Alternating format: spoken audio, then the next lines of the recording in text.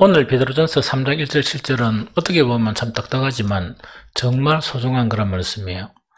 그렇기는 이거는 그 부부에 대해서, 그래서 부부에 대해서인데 첫 번째로 아내에 대한 그런 아내에 대한 말씀, 그 다음에 남편에 대한 말씀, 이걸 딱 두 개로 나눴거든요. 그래서 우리 쭉 읽었으니까 이 설명을 이렇게 하도록 합니다. 그 아내에 대해서는 크게 두 가지 권면을 해요. 남편에 대해서는 딱 하나로 딱 줄여가 해요. 그래서 아내에 대해서 이 첫 번째 권면은 어떤 권면이니까 남편에게 순종하라 하는 것이 아내에 대한 권면입니다. 그러면 다시 읽어보면 3장 1절 2절 다시 읽어봅니다. 시작. 아내들아 이와 같이 자기 남편에게 순종하라. 이는 혹 말씀을 순종하지 않는 자라도 말로 말미암지 않고 그 아내의 행실로 말미암아 구원을 받게 하려 함이니 너희의 두려워하며 정결한 행실을 봄이라. 이렇게 딱 해놨죠.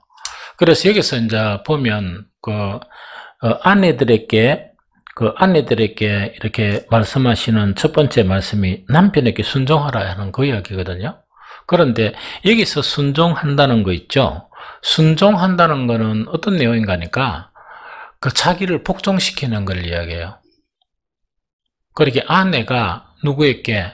남편에게 자기를 복종시키는 걸 이야기하는데, 이때 순종한다, 즉 복종시킨다 하는 요 단어는 그 시대에 어떤 때 사용하는 거니까, 옛날 이 시대는 종이 있었다 그랬죠. 종이 있고 주인이 있잖아요. 종이 있고 주인이 있으면 그 종이 주인한테 복종을 한다는 단어하고 같은 단어에 같이 쓰여져요. 그래서 우리 여성들은 보면 기분이 억수 나쁘지 모르겠지만 이 성경이니까 원래 그래요. 그렇기는 첫 번째 아내에 대한 말씀 자체가 뭐냐? 어쨌든 간에 남편에게 복종시켜라. 네 자신을, 그 이야기거든요. 남편한테 복종시키는데, 이거는 어떻게 복종시키는 거니까, 옛날 이 시대에 종이 주인한테 복종하듯이 자기를 복종시켜라 하는 그거 자체를 이야기합니다. 그런데 우리가 생각하기를, 그러면 믿는 남편에게는 이렇게 하는데 안 믿는 남편에게는 어쩌나 이러죠? 관계없어요. 믿지 않는 남편에게도 복종시키라, 순종하라, 그 이야기입니다. 왜냐니까 그 뒤에 나오는 이야기가 있거든. 아내들아 이와 같이 자기 남편에게 순종하라. 이는 혹 말씀을 순종하지 않는 자라도, 이야기죠. 그럼 이거는 뭐냐니까 같은 믿음을 가졌던지, 그 다음에 이거는 없네 얘기네. 상대방이 어쨌든 간에 불신자로서 결혼을 해가지고 이 아내가 이제 개종을 해보는 거야. 그럼 신실한 그리스도인이 되겠죠. 남편은 불신자야. 그렇더라도 뭐 하라? 네 자신을 복종시키라 하는 그거 자체를 이야기합니다. 기분 나쁘게 들릴지 몰라도 그게 하나님의 말씀입니다. 이 좀 이해가 됩니까? 그렇게 하라는 그 이야기입니다. 그래서 지금 우리 아내들 반성 많이 하셔야 돼. 무시 딱 꼬라보는 따지. 눈보이 겁나. 이 성경 말씀이라 복종시키라 하는 그 이야기입니다. 그런데 이게 이제 도저히 현대를 살아가는 여인들에게는 이게 어려울 것 같죠? 어려울 것 같지만 이것이 성경 말씀이에요. 성경 말씀이라. 그 다음에 하나님의 백성으로 살아가는 그런 뭡니까? 이 삶의 방식이에요. 여자가 가정을 주도하면 행복은 다 깨집니다. 사실은. 깨지는데 어떻게 되는 거니까, 여자가 주도하니까, 어떤 간에 막 편안하게 살아가죠? 남편이 행복해서 살아가는 게 아니고, 그냥 깨기 싫어서 사는 거라. 또, 자식 때문에 살고, 여러 가지 그런 정황상. 그러면, 억지로 사는 건데, 그렇게 사는 게 행복이에요? 그런 사람하고 사는데 행복하겠습니까? 상대방은. 하나도 행복 안 하지. 그래서, 어쨌든 간에 성경에 가르치면, 여자가 우애할 거라고? 주도하려 들지 말고, 우애란 말입니까? 자기를 남편에게 복종시켜라. 하는 것 자체가 뭐냐니까 성경 말씀입니다. 그렇게 하도록 하시오. 눈보이길 전혀 안 그럴 것 같아. 아이고, 뭐, 그 하나만 뭐 안 지키나. 안 지키는 거 따지면 뭐, 엄청 많은데, 뭐. 그래서 어쨌든 간에 순종하는 게 복입니다.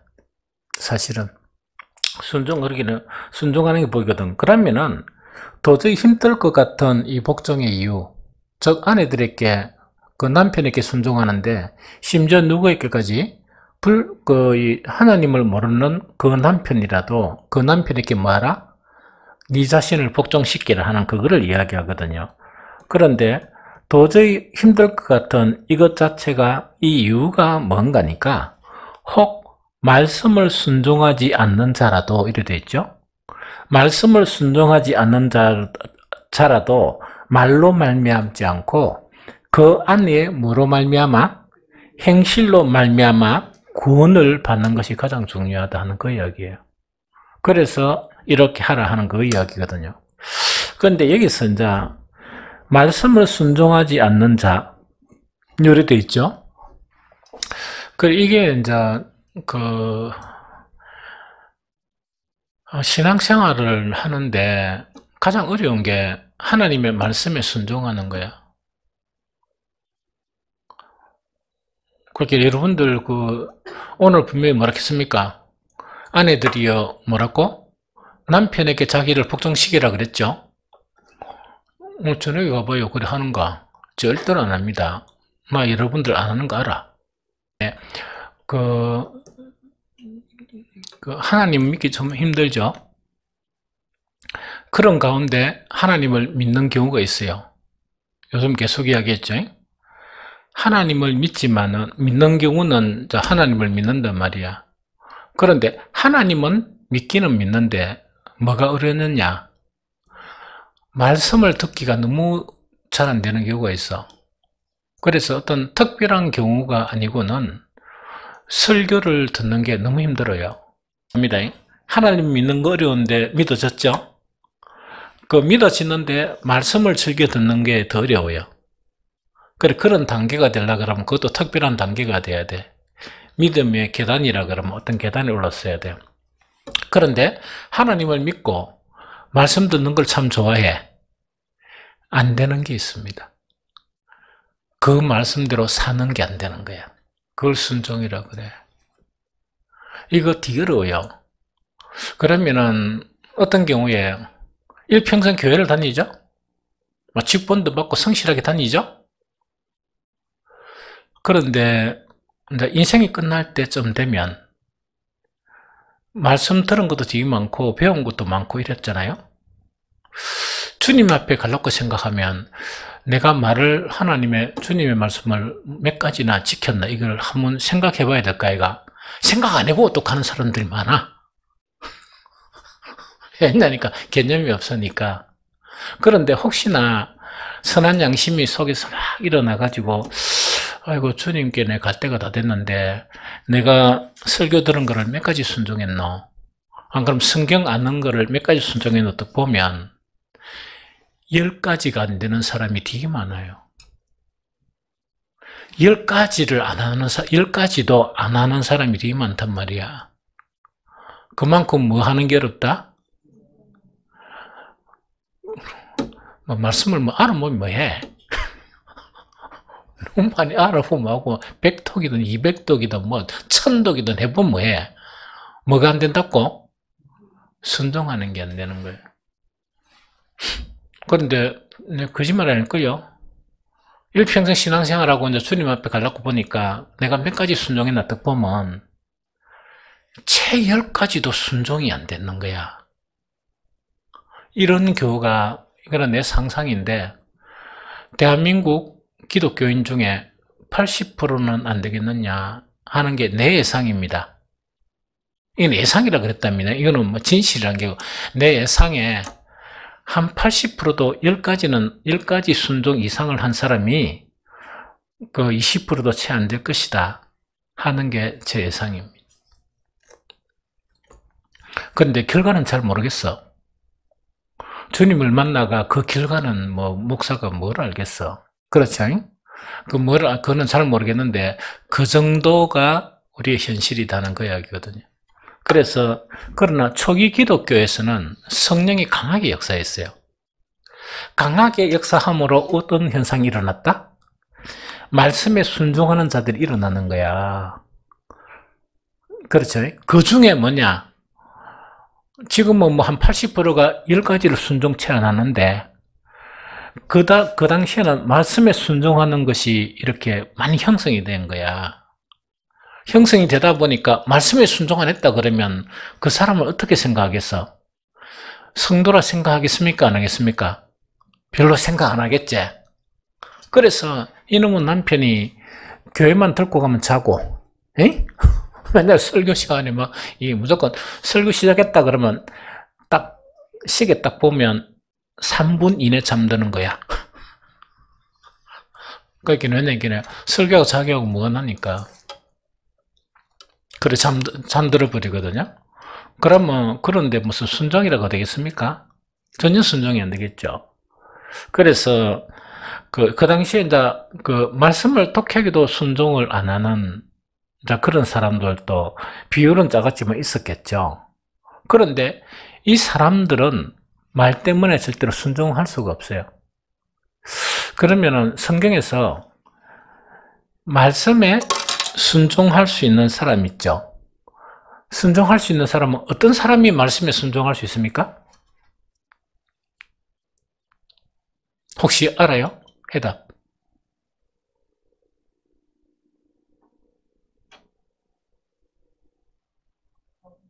응? 아니 괜찮다. 뭐 예언이 네가 틀려도 아무도 뭐지 웃을 사람 없다. 크게 이야기해봐라. 뭐라고? 그건 당연하지. 거듭났느냐, 거듭나지 않았냐, 그는 분명한 차이예요. 거듭 안 나면은 죽어도 말씀에 순종 못 합니다. 그것도 맞아. 거듭나야 돼. 거듭나면서도 거듭난 생명이 이제 조금 더 강해져야지. 그러니까 순종 단계가 아니고 거듭나가 처음에 무엇을 많이 먹어야 돼? 젖만 많이 먹어야 돼. 그거는 순종의 개념이 아니고 젖을 그냥 먹는 거다. 그래 어느 정도가 되면 이제 말씀에 순종하겠죠. 그러면 말씀을 순종할 수 있는 사람은 어떤 사람입니까?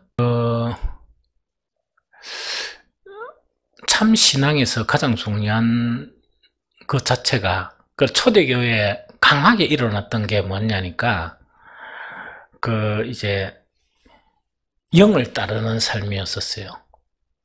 육체를 따르는 삶에서 어떤 삶으로 바뀌는 거라고? 영을 따르는 삶인데 강한 성령의 역사가 나타났어요. 그러니까 강한 성령의 역사가 나타나다 보니까 너도 나도 어떻게 딴다고? 이 영을 따르는 그런 삶, 성령 충만한 그런 삶을 살았어요. 영을 따르는 그런 삶을 이렇게 살게 됐거든. 영을 따른다는 것은 뭡니까? 영의 생각에 지배하에 사는 사람이라. 맞죠? 그래서 절대로 말씀에 순종이 안 되는 것은 뭐냐니까 영을 따라야 되죠. 그런데 초대교, 초기 교회에는 이런 것이 강하게 일어났었습니다. 강하게 일어났거든. 그런데 지금 시대에는 성령의 역사가 강하게 일어나지가 않아. 일어나지가 않고 어떤 신앙의 패턴을 가지는가 하니까 육을 따르면서 종교적인 신앙의 패턴을 가지는 거야. 그러면은 그 신앙은 영을 쫓는 신앙입니까? 육체를 쫓는 신앙입니까? 초기 기독교에서 이것을 신앙으로 바뀌었습니까? 사이비로 바뀌었어요. 사이비. 그런 신앙이 많은 거야. 그래서 성경 찾아볼까요? 로마서 8장 7절 한번 찾아봅니다. 로마서 8장 7절 읽어볼까요? 시작. 육신의 생각은 하나님과 원수가 되나니 이는 하나님의 벌에 굴복하지 아니할 뿐 아니라 할 수도 없습니다. 이렇게 되어 있죠? 그럼 이거는 뭐냐? 육신의 생각이라는 거는 원래 그 기독교는 무엇을 따라 살아야 돼? 성령을 쫓아 살아야 돼. 그러면 쉽게 딱 이야기해 줄게요. 선악과를 먹기 전에는 하나님의 형상으로 만들어졌죠. 우리 속에 누가 있었어? 하나님의 신이 함께 있었어. 그런데 이놈의 우리 조상들께서 무엇을 잡았어요? 스나크를 달랑 잡았단 말이야. 잡사다 보니까 제가 충만하면서 하나님의 신이 그 사람에게서 떠나버렸느냐. 그러면 떠나버리다 보니까 이 사람은 무엇을 따라 살아? 육체를 따라 살아. 맞죠?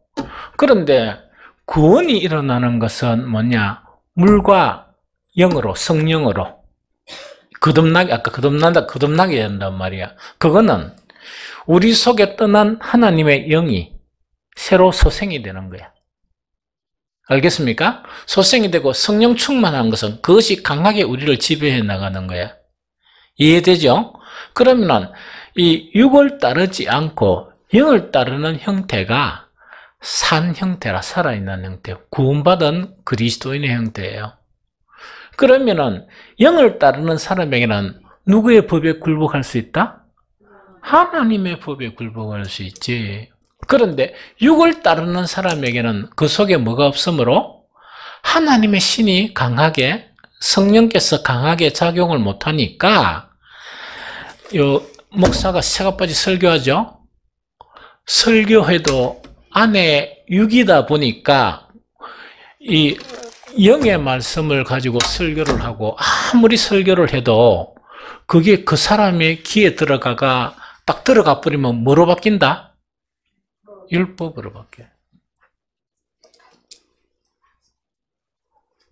율법으로 바뀐다니까. 그러니까 유대인의 신앙이 되는 거야.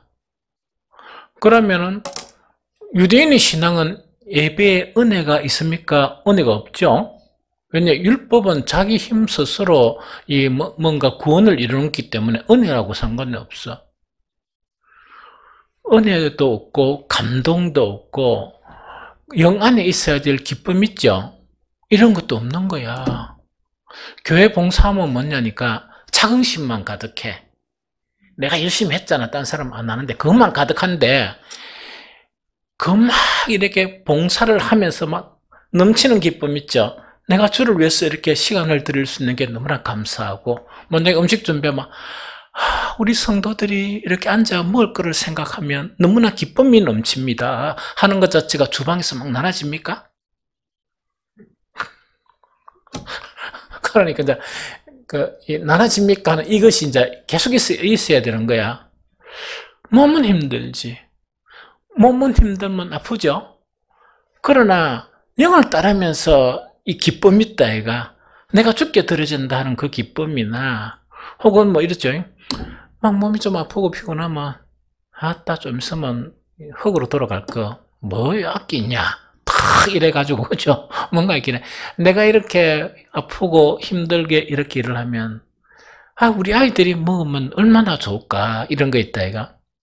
그 다음에 우리 성도들을 먹인다고 생각하니까 얼마나 마음이 기쁜가 이런 거 있죠. 그렇게 이런 게 내면 속에서 막 이래 넘쳐나기를 시작하는 거야. 그러면 음식 한 가지를 식사를 하면 뭐를 하고 싶겠어? 더 맛있는 것이 없을까?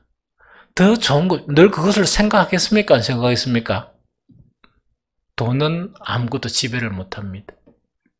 단지 믿음과 우리 속에 있는 성령이 충만하냐, 안 충만하냐, 그게 문제지. 그게 문제예요. 믿음이 문제고 성령 충만한 것이 문제지. 하나님이 계신데 뭘 해결을 못해? 그렇죠? 거기 믿음이 쪼잔한 게 문제지. 그러니까 어떤 간에 육신을 따르고 육신의 생각에 지배를 당하게 되면 말씀에 대한 순종을 할 수 없는 상태가 되어버립니다. 이해됩니까? 그래서 성경의 첫 번째 그 이야기라. 내가 죽을 때까지 설교해도 순종 안 하는 사람 안 합니다. 안 하는 게 아니고 뭐 한다고? 못 한다는 이야기지. 육신의 생각이 잡히는데 무슨 말씀에 순종해? 그러나 종교에만 빠져 있단 말이야. 너무 재미없는 그런 종교 있다 이가. 너무 재미없는 거. 하나님 보시기에는 막 치아뿌락할 정도로 성전의 문을 닫아라 할 정도로 있다 아닙니까? 그만큼 향기도 없고 의미도 없고 아무것도 없는 그런 종교적인 행위만 있단 말이죠. 좀 이해가 돼요? 그러나 성령의 지배를 당하게 되면 그런 것이 그런 게 재미없고 무익하고 가치 없는 것들이 사라져 버립니다.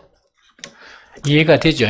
그래서 첫 번째 그거고, 두 번째는 뭔가니까 읽어보지 요한일서 5장 3절을 한번 읽어봅니다. 하나님을 사랑하는 것은 이것이니 우리가 그의 계명을 지키는 것이라. 그의 계명은 무거운 것이 아니로다. 한번 듣습니다. 시작. 하나님을 사랑하는 것은 이것이니 우리가 그의 계명들을 지키는 것이라. 그의 계명들은 무거운 것이 아니로다. 첫 번째는 뭐냐? 육신의 생각이 우리의 마음을 지배하면 순종하려고 해도 뭘 순종할지를 몰라요. 너무 신기한 일이 벌어지죠. 그럼 순종하는 사람에게는, 영을 쫓는 사람에게는 너무 신기하겠죠. 그 사람이 연구 대상이 되겠지. 왜냐니까 어떻게 성경을 이렇게 읽으면서 뭘 순종할지를 모르는 상태가 되는 거야. 그거는 왜 그러냐? 육의 지배가 있기 때문에 그래요. 안 돼요. 10번 들어도 안 되고 암송해도 안 되고 계속 이렇게 댕기면서 이 머리에 꼽아가 성경을 막 줄줄이 들어도 안 됩니다. 그래서 그 육신의 생각을 지배에 대한 거고, 두 번째 뭐냐? 하나님에 대한 사랑은 말로 고백해. 우리 남자 여자들이 서로 사랑해 거짓말 하듯이 똑같이 한단 말이야. 에이? 똑같이 하긴 하는데 진짜 누구를 사랑한다고? 세상을 사랑해. 그럼 육신적인 자기 사람들을 사랑하는 거야. 그러니까 뭐가 안 되는 거니까 계명들을 지키지를 못해요. 그런데 하나님을 진정으로 사랑하면 계명이 하나도 안 어려운 거야. 왜? 사랑 때문에. 사랑 때문에 하나님 말씀을 지키는 게 하나도 어렵지 않단 말이야. 요즘 이해됩니까? 그래서 이제 아까 이야기했죠. 그러면 이래도 안 되고 저래도 안 되면 왜라고? 불신자 남편이 뭐를 못한다고? 말씀을 순종을 못하죠? 그러면 뭐 하는 게 그 영혼 구원하는 기라? 내가 그 남편한테 복종시키면서 보여주는 거 있다입니까? 보여줌으로써 뭔가니까 그 사람이, 남편이 비로소 말씀을 순종 하나도 못하는 남편인데 뭘 하게 하도록? 그의 아내의 무엇으로 말미암아? 행실로 말미암아 무엇을 하게 한다? 구원을 얻게 한다는 이야기라. 그러면은 이게 무슨 말입니까? 그럼 그 아내의 행실로 말미암아 구원이 어떻게 일어납니까? 하는 그 이야기다, 그죠? 거기에 대한 해답이 바로 밑에 다음 구절인지 모르겠지만, 자, 시작. 너희의 두려워하며 정결한 행실을 봄이라. 이 참 말이 좀 어렵죠. 그럼 1절, 2절을 다시 다시 봅니다. 아내들아 이와 같이 자기 남편에게 순종하라. 이는 혹 말씀을 순종하지 않는 자라도, 그러면 말씀을 순종하는 자라는 뭐가 되어야 돼? 영을 쫓는 자나 하나님을 사랑하는 자가 되어야 되는데, 이 육이 지배를 당하고 그 다음에 세상을 너무 사랑하는 거야. 이 무슨 말 알겠죠? 하나님보다 자기 가족들을 더 사랑하는 거야. 그러다 보니까 순종이란 걸 못한단 말이야. 그 남편도 이제 그래야 되잖아요? 그래 하면 이건 안 되니까 아무리 말씀을 드려도 됩니까? 안 됩니까? 안 되죠? 그래서 뭘 하라? 그 남편에게 네 자신을 복종시키라 하는 그 이야기라. 그러면 복종시키는 그 행실로 말미암아 뭐를 받게 하려 합니다? 구원을 받게 하려 함인데, 그러면 어떻게 그것이 구원이 됩니까? 하는데 바로 마지막에 보니까 너희의 두려워하며 정결한 행실을 봄이라는 이야기죠. 이거는 뭔가 이런 이야기라. 세상 여자들을 그 남편이 다 보겠습니까? 안 보겠습니까? 보겠죠?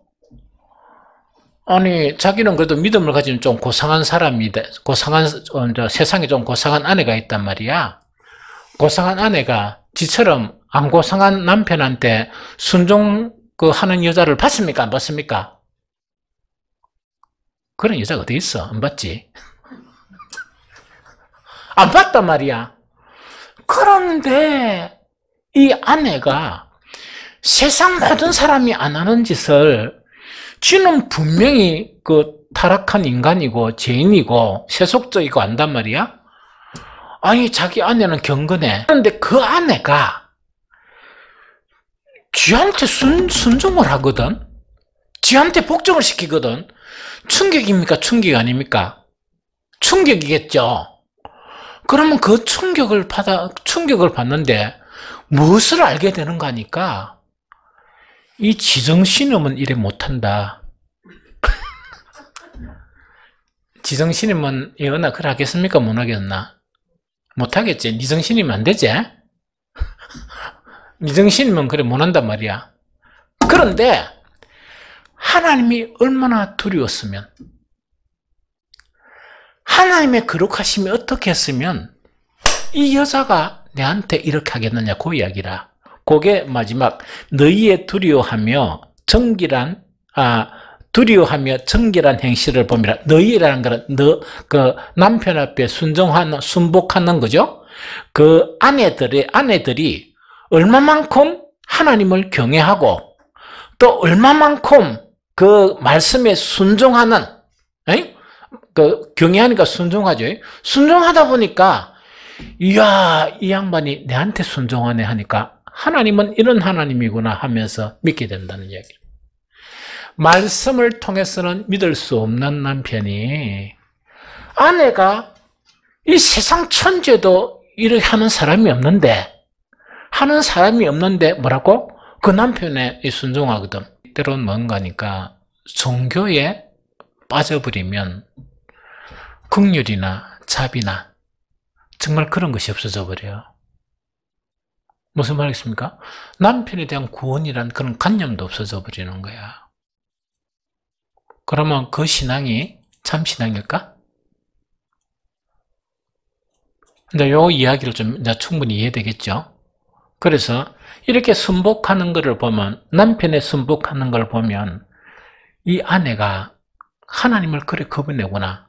세상 천지 겁내는 게 없고 남편은 지도 겁내는 게 없는데, 이야, 하나님이 어떤 하나님이래. 이 아내가 안 하던 짓을, 세상 여자가 안 하는 짓을 이 여자가 하네.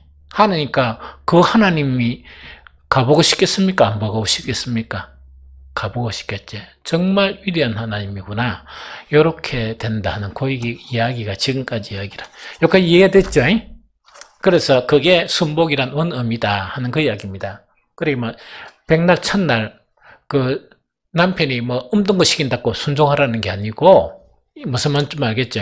그래서 순종이라는 개념이 이것을 이야기한다. 아내에 대한 두 번째 권면은 뭔가니까 여인들의 단장에 대해서입니다. 그래서 뭐 우리 교인들은 뭐 이런 게 별로 없어. 그러니까 내가 늘 하는 거는 기본적인 화장은 뭐라고? 에티켓이라 그랬죠. 그런데 독해기도 우리 사람들은 하는 사람들이 없어. 그래서 왜든 간에, 그런데 아내들의 단장에 대해서, 여인들의 그런 단장에 대해서 이야기해요. 그게 이제 뭐냐니까 베드로전서 1장 3, 4절인데 읽어보고 설명할게요. 시작. 너희 단장은 머리를 꾸미고 금을 차고 아름다운 옷을 입는 외모로 하지 말고 오직 마음에 숨은 사람을 온유하고 안정한 심령에 섞지 아니할 것으로 하라. 이는 하나님 앞에 값진 것이니라. 이거 이야기는. 그래서 여인들의 그런 단장에 대한 이야기입니다. 꾸미는 거 있답니까? 그래서 이거는 뭔가니까 그 결론 자체가 뭐라고? 외모로 지나치게 꾸미지 말고 뭐를 하란 말입니까? 속사람을 아름답게 단장하라, 그 이야기라. 외모를 너무나 시간 투자하지 말고 속사람을 아름답게 단장하라. 그래서 보통 세상 여자들은 뭡니까? 머리도 꾸미고 그 다음에 금도 주렁주렁 차고 아름다운 옷을 입고 막 여러 가지 있죠. 그 외모로 너무나 하려고 하지 마라. 그러면 뭐냐, 이렇게 단정하기만 되면 되고, 화장도 뭡니까? 기초 화장 있죠? 그리고 머리도 안 감고, 안 빗고 오지 말고 머리 좀 빗고, 그래가지고 좀 단정하게, 옷도 단정하게 하는 그것만 하면 족하다는 이야기라. 그런데 그 속 사람은 반드시 단정해야 된다 하는 그 이야기입니다. 그런데 이게 좀 어렵게 돼 있는데, 오직 마음에 숨은 사람이란 건 속 사람이지, 마음에 숨은 사람을 여기서 두 가지를 이야기합니다. 두 가지 단정을 하라는 이야기라. 하나는 온유하고, 하나는 뭡니까?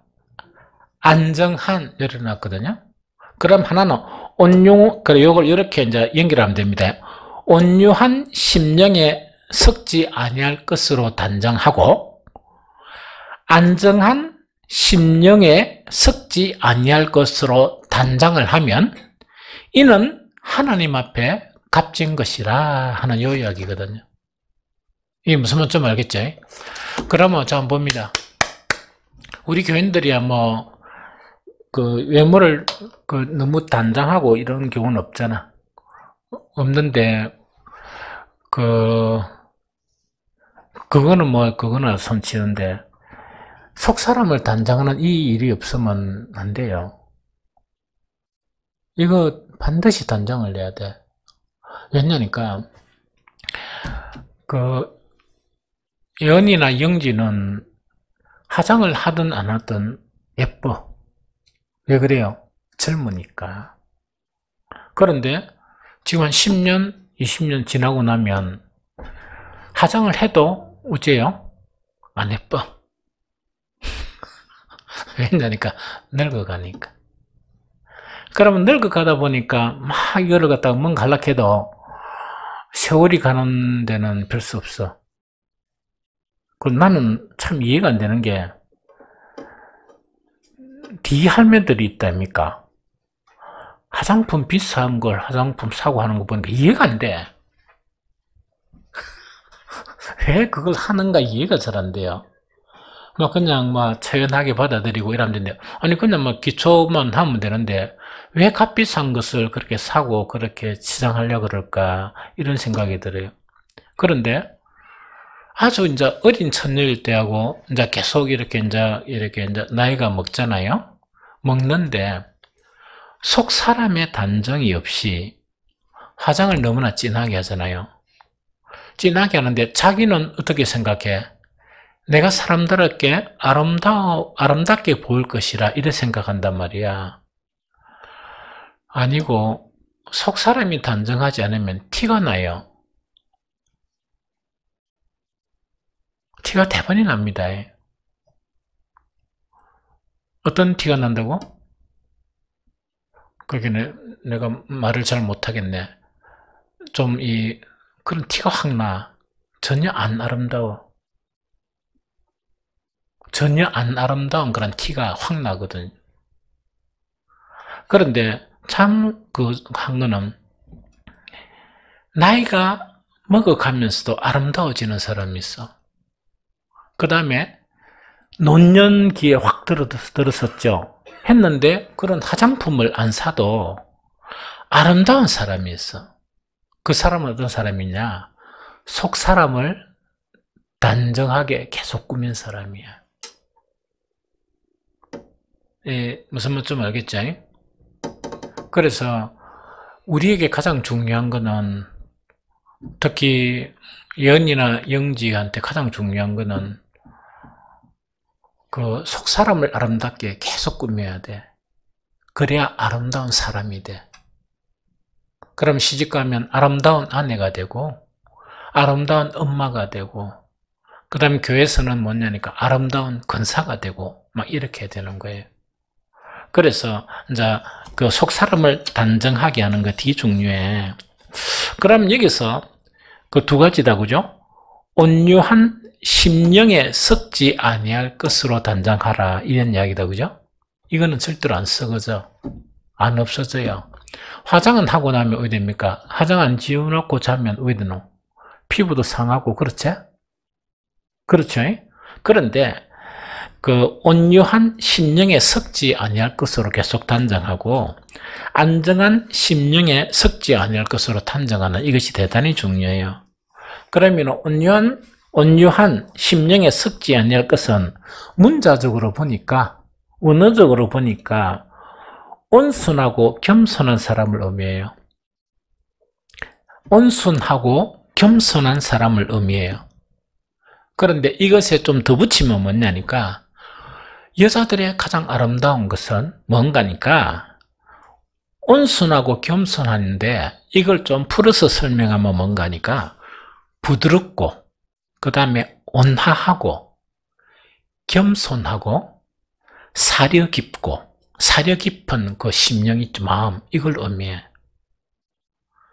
이거는요 훈련이 되어야 가질 수 있어. 이 훈련이 안 되면 절대로 못 가져요. 그럼 그런 척은 할 수 있어. 그런 척이라는 건 뭐냐? 새로운 사람들을 만나죠? 딱 만나면 내 속에 있는 것을 다 드러내 보입니까? 안 그러면 어떻게 보이려고 노력합니까? 부드러운 척. 그 다음에 온화한 척. 온화라는 말은 진짜 아름다운 말이에요. 이런 품격을 가지는 여인은 되게 아름다운 사람이라. 그래서 부드럽고 온화하고 겸손하고 그 다음에 한 가지 중요한 게 뭐냐? 사리가 깊은 거야. 생각을 하는데 정말 반듯한 생각의 소유자야. 이게 무슨 말이겠습니까? 이것이 뭐냐? 온유한 사람을 이야기하고 그 다음에 안정한 심령이라는 것은 뭐냐니까 문자적인 의미로 보니까 조용하고 평화로운 심령이야. 조용하고 평화로운 심령이야. 그럼 이건 어떤 거냐? 이 이야기입니다. 자, 잘 들어보시오. 영지야, 똑똑히 들으라. 결혼을 딱 하다 보면 이런 일 저런 일, 애기 키우는 데도 문제가 있지. 그 다음에 남편도 있으니까 문제가 있을 수가 있다, 얘가. 그러면은 이 문제가 생긴 거야. 아이들한테 문제가 생길 수도 있고 누구한테도 문제 생길 수 있다. 남편이 이 돈 버리고 오면서 사회생활하면서 막 근심해가 막 오고 그 다음에 막 이렇게 이야기하니까 이제 털어놓고 이란다, 그죠? 그러면 여기서 이야기하는 안정한 심령이라는 것은 뭐냐? 조용하고 평화로운 심령이라는 것은 이걸 이야기해. 남편 얼굴이 보니까 별로 안 좋아. 안 좋은 거야. 그런데 미련한 여인들은 있죠. 하나님은 속이도 나는 못 속인다. 앉아보시오. 탁 이래가 무슨 일이 있으시오. 이런 거다, 그죠? 그래가지고 조심스럽게 말을 탁 꺼내면 왜나 그러냐? 이 안정한 심령이라는 것은 남편이 속에 있는 것을 편안하게 이게 이야기할 수 있도록 들어줘야 되잖아.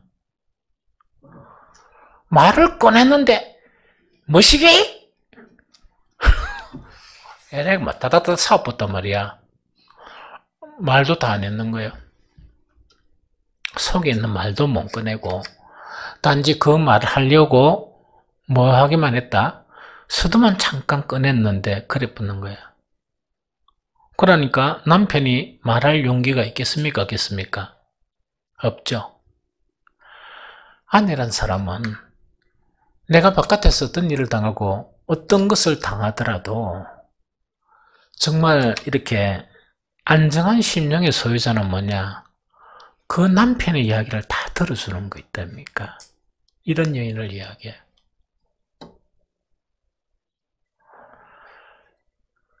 절반 이상만 들어주는 아내라도 그런 아내를 가진 남편은 엄청 행복한 남편이에요. 그래서 남편이 무슨 이야기를 하면 안정한 심령이라는 것은 남편을 편안하게 해주면서 속에 좀 당황스러운 게 있더라도 당황하지 않고 남편이 이야기하도록. 왜냐? 이미 저질러진 일이잖아. 그러면 남편이 너무 힘이 들어가지고 아이고 아내 또 걱정할 건데 안 할 건데 자꾸 이야기하러 가니까 이야기를 했을 거잖아.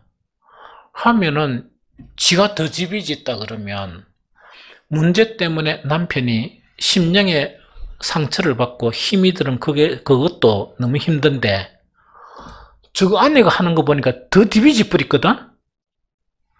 이 문제 때문에 내가 죽을 똥 살 똥 이게 모든 그 죽을 힘을 다해가 참고 있는데 더 디비니까 왜게요? 갈 데가 되겠나?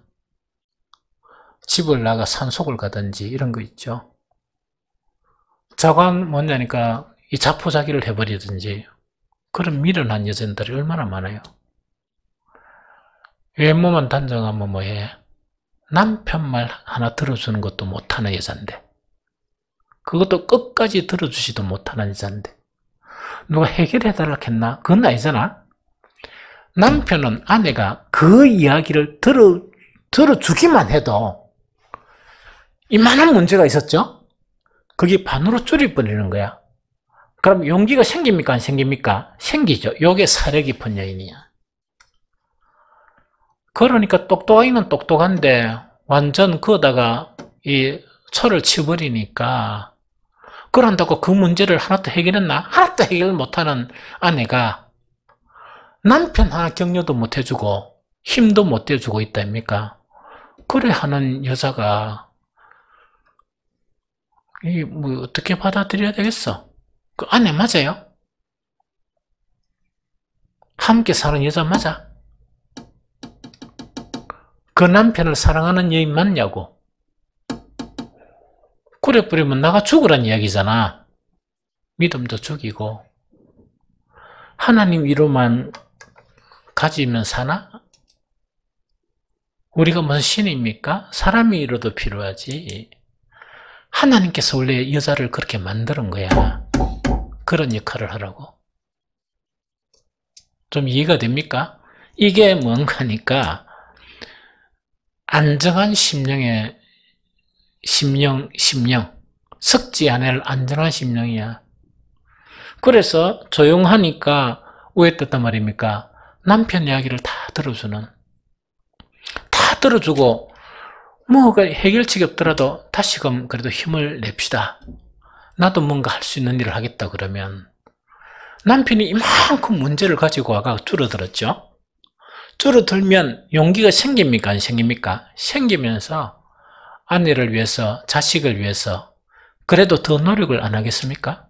용기를 가지고? 그런데 절망된 마음으로 떠왔는데 이 미련 곰탱이도 아니고 이거 뭐라고 그래야 되겠어? 이런 마귀와 같은 그런 심성을 가져가지고 죽을라 하는 힘든 그런 상황에 있는 남편을 그런 식으로 해버리는 거예요. 자녀한테도 마찬가지라. 자녀가 살다 보면 이런저런 일 있지. 집에서 이야기도 못하는 거야. 말해봐라! 해봐라! 안 하면 되나? 해놓고 아니 그렇게 이야기 안 했으면 될 낀데 해봐라 했으니까 몇 마디 하니까 서론 꺼내니까 야 이 새끼야 뭐 슛자고 해가지고 이 죽일 놈만 살릴 놈 하니까 그 아이가 어디 가야 되겠어? 가장 미련한 여인이야. 가장 못난 여인이고 가장 몹쓸 여자야. 그 부분이 그러냐니까 선악과 때문에 그래. 기독교는 뭐냐? 복음은 뭐냐? 그런 못되고 그런 최악인 인간을 어떤 인간으로? 온유한 사람으로 안정한 그런 심령의 소유자로 만드는 거야. 이해가 됩니까?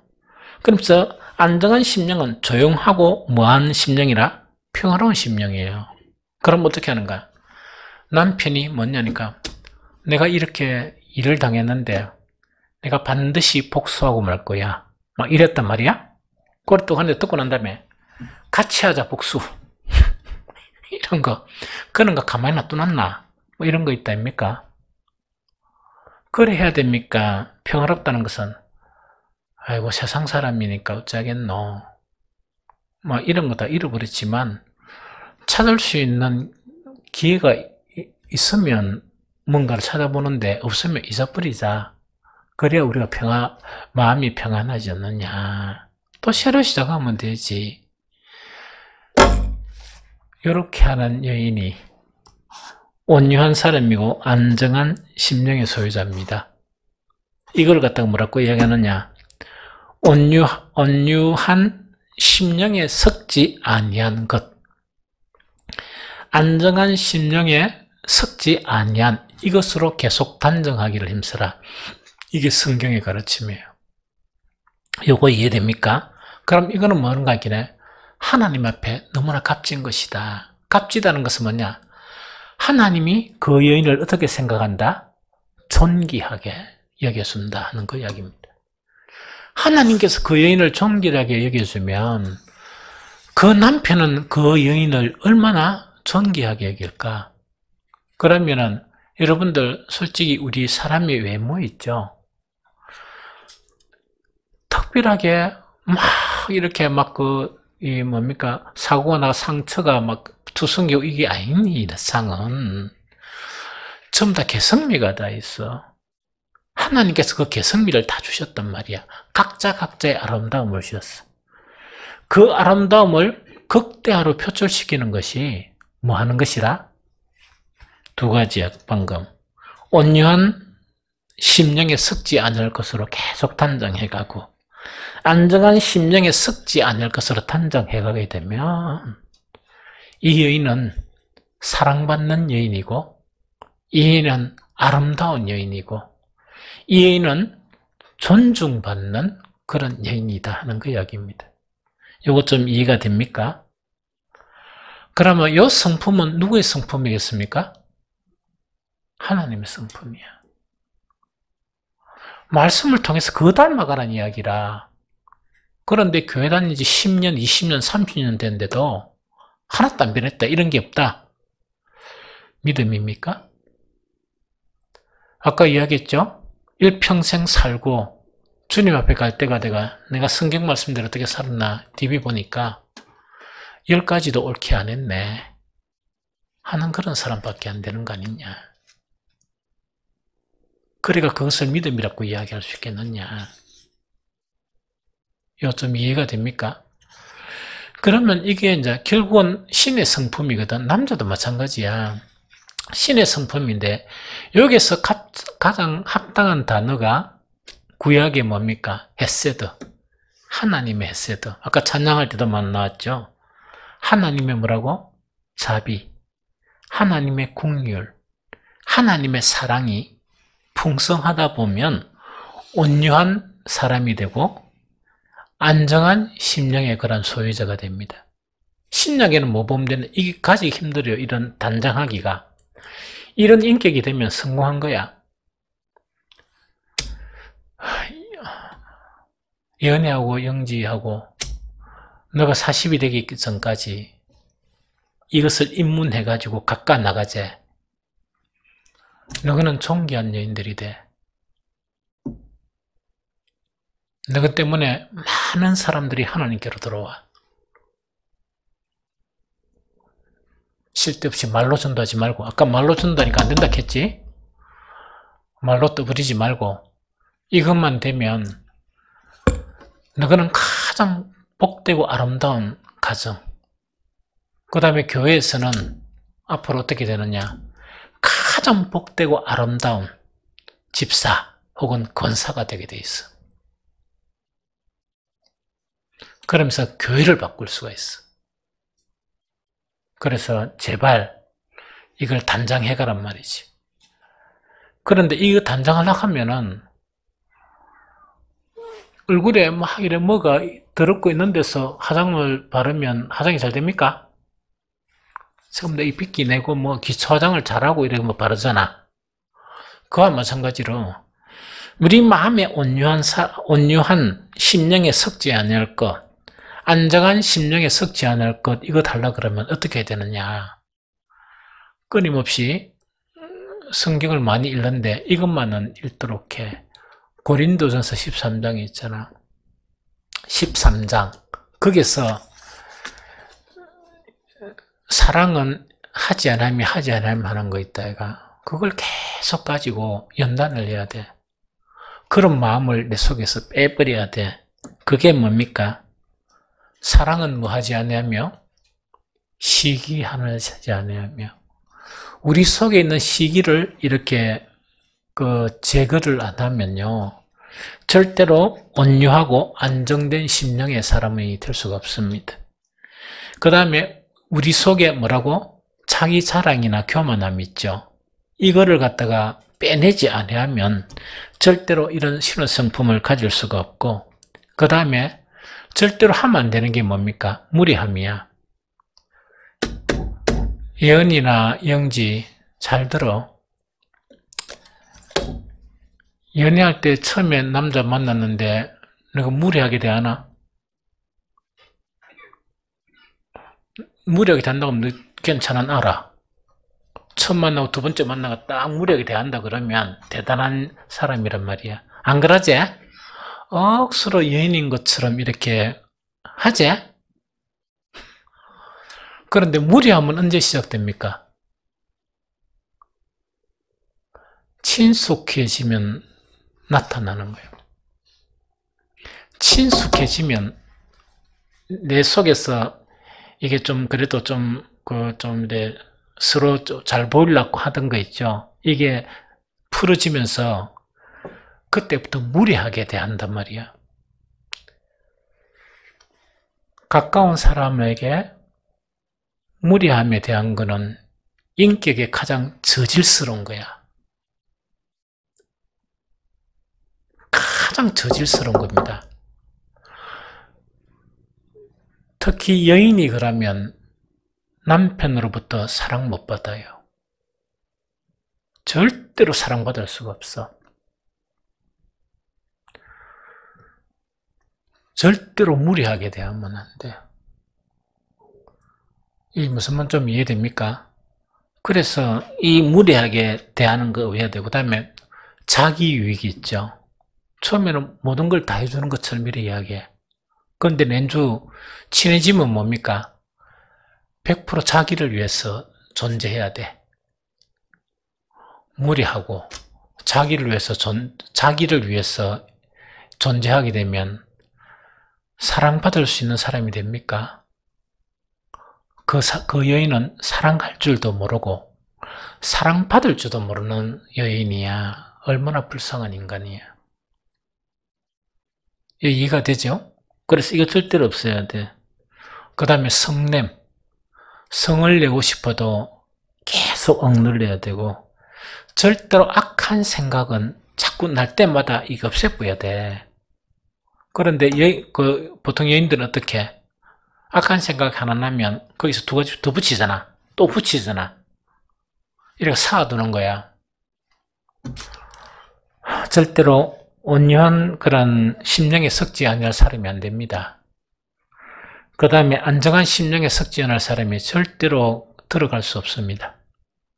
그래서 이런 사람이 된다는 것은 대단히 힘든 과정을 겪어야 돼. 자기 훈련, 자기 싸움. 이게 여기 하는 게 말씀의 순종입니까? 입니까? 여기 순종이라. 그래서 아까 이야기했잖아. 영을 따라야 순종이 돼. 육을 지배하고 있으면 절대로 이거 하나도 안 버립니다. 왜냐, 이게 멋진 건 줄 알고 그렇게 생각하는 거야. 가장 천박한 것인데. 이게 무슨 말 좀 알겠죠? 그 다음에 세상을 사랑하고 하나님 사랑 안 하면 안 버려. 못 버려. 그러나 하나님을 진정으로 사랑하면 쉽게 버려. 왜? 하나님을 사랑하는 그 사랑에 손상이 주기 때문에 이래 못하는 거야. 그래서 참 사랑하는 사람에게는 이런 짓 못합니다. 그래서 사랑은 언제나 오래 참고 온유하며 정말 이제 이런 것들을 하지 않는다는 것은 사랑 안에는 이것이 존재할 수가 없는 거예요.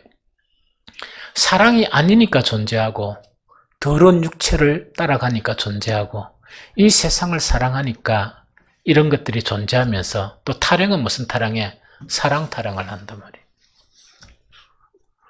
그 사람은, 그런 여인은 사랑할 줄도 모르고 사랑받을 줄도 모르는 여인이에요. 그래서 가장 불쌍하고 가장 불쌍한 여인이야. 그래서 예언이 영지는 절대로 그런 사람이 되면 안 돼. 그래서 이 두 가지는 각각 나가란 말이에요. 너가 한 40대면 이것이 나타나야 돼. 삶에 하나씩 하나씩 나타나야 돼. 나타나면서 계속 이것을 강화시켜 나가야 아름다운 여인이 되고 사랑스러운 여인이 되고 하나님께서 존귀하게 여기는 정말 값진 그런 여인들이 되어진다는 그 이야기입니다.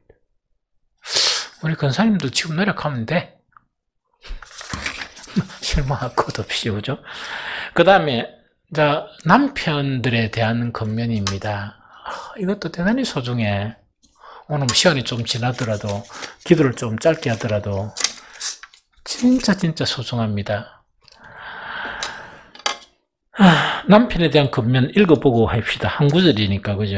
7절 같이 읽어봅니다. 시작. 남편들아 이와 같이 지식을 따라 너희 아내와 동거하고 그를 더 연약한 그릇이요 또 생명의 은혜를 함께 이어받을 자로 알아 기히 여기라. 이는 너희 기도가 막히지 아니하게 하려 함이라.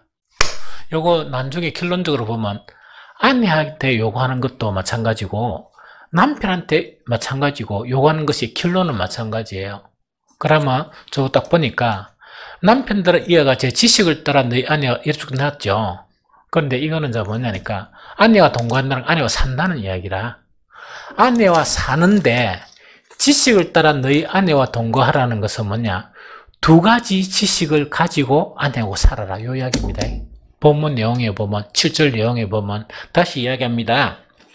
남편들에 대한 권면은 아내하고 함께 살죠? 함께 사는데 두 가지만 알고 살아라.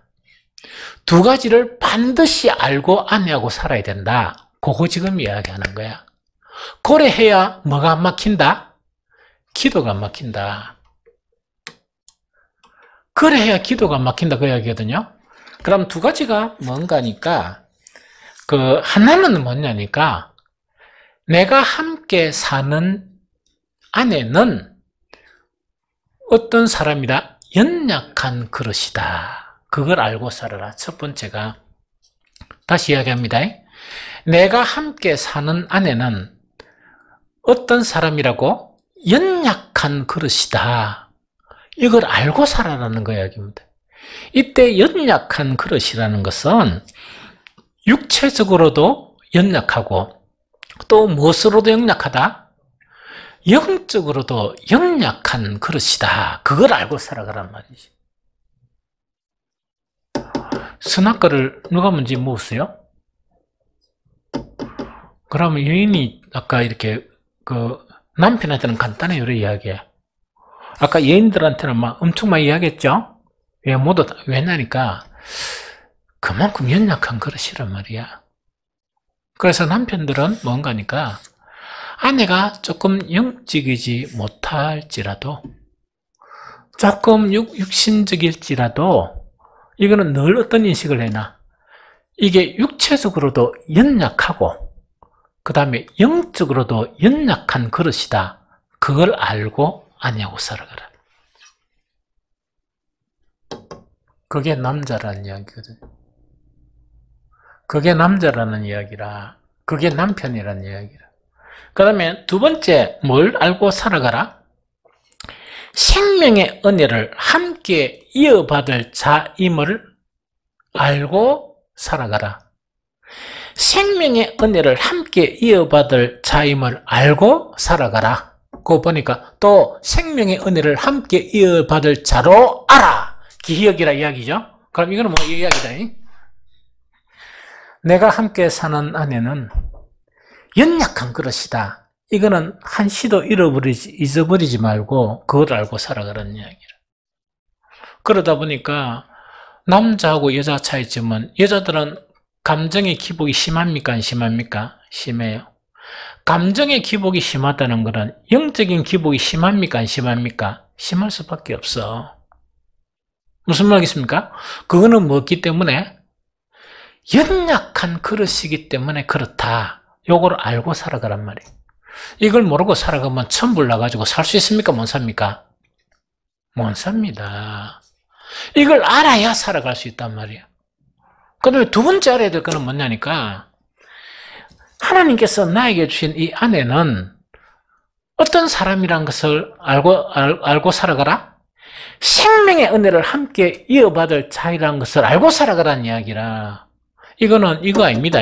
천국 가서 또 결혼할게 이게 아니고, 그거는 천국 가서는 결혼 안 합니다. 그런 텔레비전 또 그런 이야기 짜다라서 그 아닙니다. 절대로 그런 건 없습니다. 성경에는.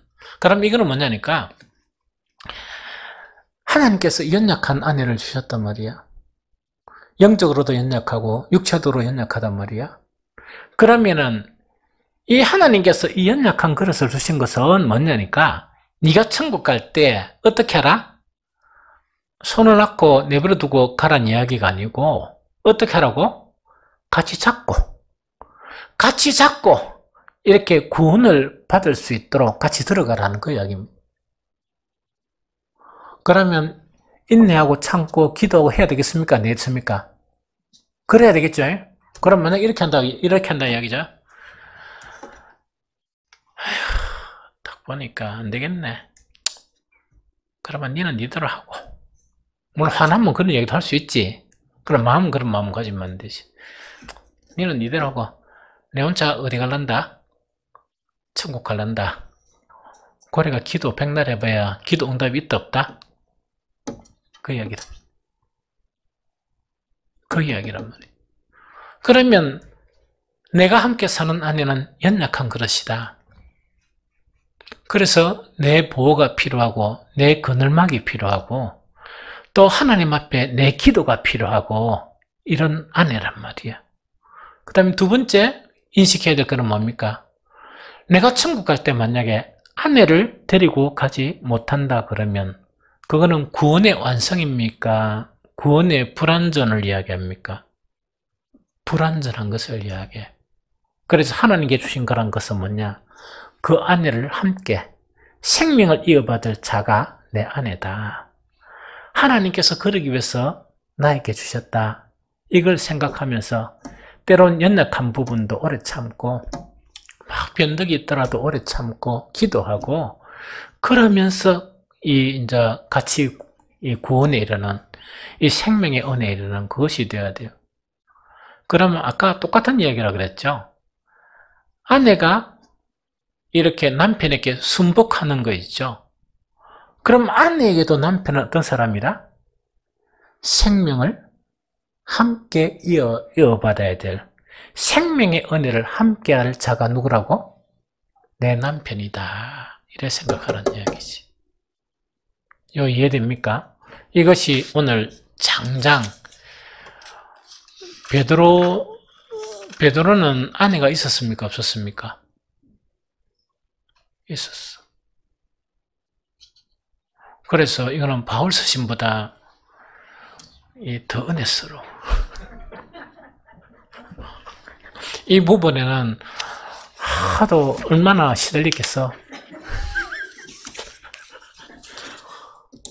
얼마나 막 죽을 고비를 그 아내하고 산다고 얼마나 많이 넘겼겠어.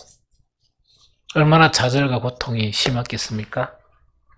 그러다 보니까 아내에 대한 말이 참 많죠. 남편에 대한 말도 엄청 진한 이야기라. 참 감동적인 오늘 말씀이에요. 그래서 저건 이런 멋진 아내와 멋진 남편, 멋진 사람이 정말 하나님께서 보시기에 너무나 귀하고 존귀하다. 그 사람이 되는 것이 하나님께서 우리에게 주시고자 하는 복이야. 그렇게 되기 위해서 뭐하라고? 말씀에 순종해야 돼. 첫서 내 자신을 복종시켜야 돼요. 하지 마라 하면 좀 하지 말고. 알겠습니까? 하지 말고 그까 막 싸우고 버리려고 노력하고 딴 것과 울며 기도하지 말고 여러분들 속에 있는 시기, 여러분들 속에 있는 자기자랑 교만, 여러분들 속에 있는 무례함, 여러분들 속에 있는 자기 유익, 여러분들 속에 있는 그런 자기 분노, 여러분들 속에 있는 악한 생각 있죠. 그걸 띠내려고 통곡하면서 가슴을 치고 기도하고 통곡하면서 가슴을 치고 기도해야 뭐가 된다고? 온유와 안정에 섞지 아니할 그런 심령이 이루어집니다. 이런 심령이, 이런 사람이 되어서 정말 멋진 사람, 정말 존귀한 사람, 천박하면서 탈피해가지고 존귀한 사람, 그 사람이 교회 안에 앉아있는 것만 해도 은혜가 되는 거 있죠. 그 사람 밑에서 식당에서 밥만 먹는 것만 보더라도 막 은혜가 되는 거 있잖아. 그런 멋진 사람이 되어서 가시기를 예수 그리스도 이름으로 축복합니다.